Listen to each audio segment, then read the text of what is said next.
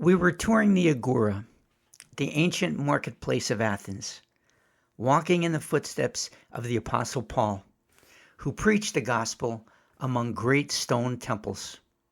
It was here that early democracy took root, where citizens debated and voted on how society should be governed, but only free men could participate, not women and not slaves. If that inequality troubles us, we should remember that women in the United States only gained the right to vote about 100 years ago, and African Americans, for all practical purposes, only about 60 years ago with the Voting Rights Act of 1965. And that's within my lifetime. So what does this have to do with faith? Our democracy, as imperfect as it may be, is founded on a beautiful ideal. The belief that our rights come from God, not from kings or governments. As the Declaration of Independence puts it, we hold these truths to be self-evident, that all men are created equal, that they are endowed by their Creator with certain unalienable rights. Our rights are God-given, and under our Constitution, it is we the people who are sovereign.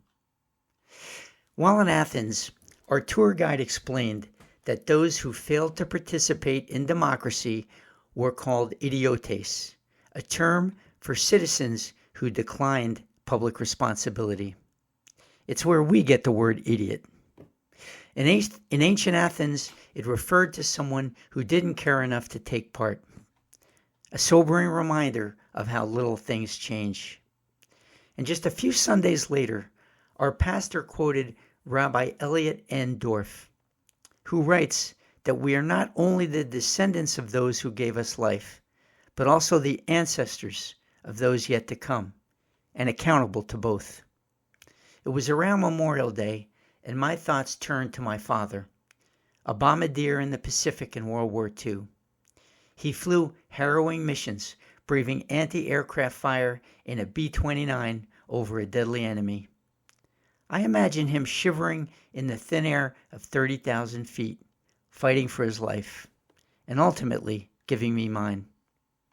In Athens, it was awe-inspiring to climb Mars Hill, where Paul preached about the one true God in view of the Acropolis, where Athenians worshipped numerous deities.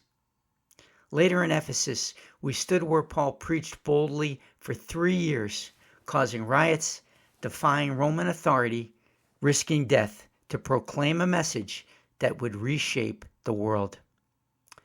In his letter to the Ephesians, Paul reminds us that salvation is a gift of grace, not something we earn.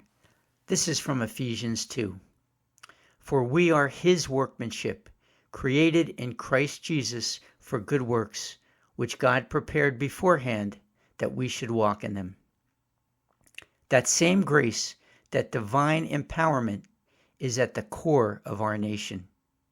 It's what inspired the Declaration and what the Constitution is meant to protect.